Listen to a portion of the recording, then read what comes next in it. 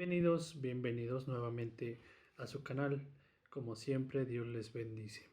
Hoy vamos a tratar un tema quizás bastante intrigante para muchas personas y rechazado por otras, principalmente por las religiones occidentales, muy ampliamente aceptado por religiones orientales. Y ese es el tema de la reencarnación. Ya habíamos visto que Edgar Cayce era un psíquico, una persona que entraba en trance y podía curar enfermedades. Pero en una tarde de agosto de 1923, Edgar recibió uno de los sustos más grandes de su vida, cuando despertó en la habitación de un hotel en Dayton, Ohio, de un sueño autohipnótico en el que se había sumido deliberadamente.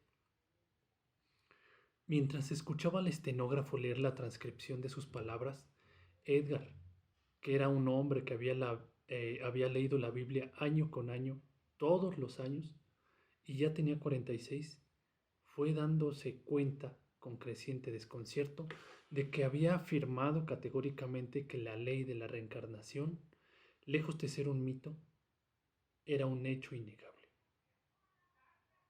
Su primer temor fue que las fuerzas del mal se hubieran apoderado de sus facultades subconscientes, convirtiéndolo en un instrumento sin tener él conciencia de ello. Edgar siempre había jurado que si sus poderes le traicionaban, no consentiría en que volvieran a ser utilizados. Entonces, cada vez más confuso, se sentó a escuchar la exposición que Arthur Lammers realizaba de sus palabras.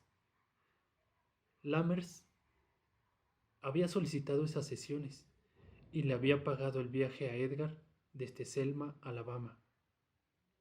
Aunque Edgar realizaba diagnósticos y ayudaba a curar enfermedades de numerosos enfermos mediante el uso de sus lecturas físicas, ya desde hace más de 20 años jamás en todo ese tiempo se le había pedido que entrara en el campo del ocultismo, un terreno prohibido.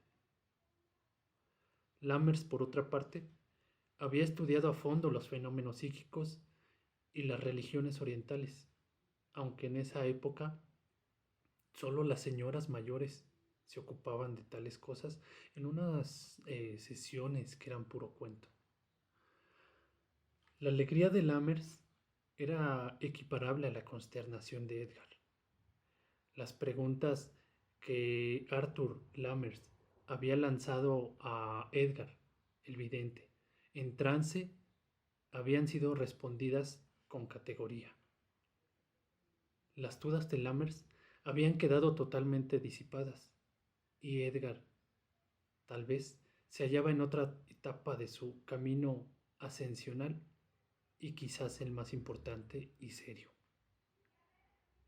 Su primer impulso, perdón, su primer impulso fue echar a correr, pues solo el pensar que un individuo pudiera vivir en este planeta más de una vida como ser humano le parecía algo sacrílego y contrario a las enseñanzas de Cristo.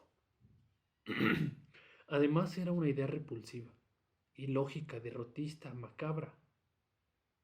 Los mejores de entre los cristianos encuentran ya bastante difícil mantener una fe firme en la promesa hecha por Cristo a los que creen en Él, de que había ido a preparar un sitio para ellos en la casa de Dios Padre.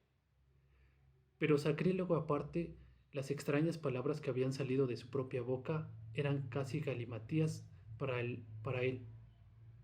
Únicamente cuando Edgar venció sus dudas, cosa que sucedió ese mismo día en Dayton, y permitió a Lammers que siguiera preguntando, vio la luz del día un nuevo concepto sobre la reencarnación.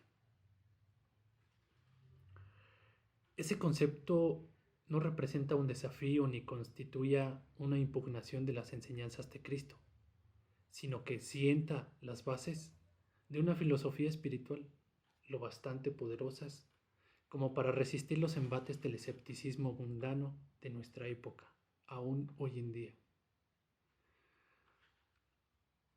Edgar tenía como regla el no tratar de convertir o convencer, lanzando arengas o deslumbrando con conocimientos científicos.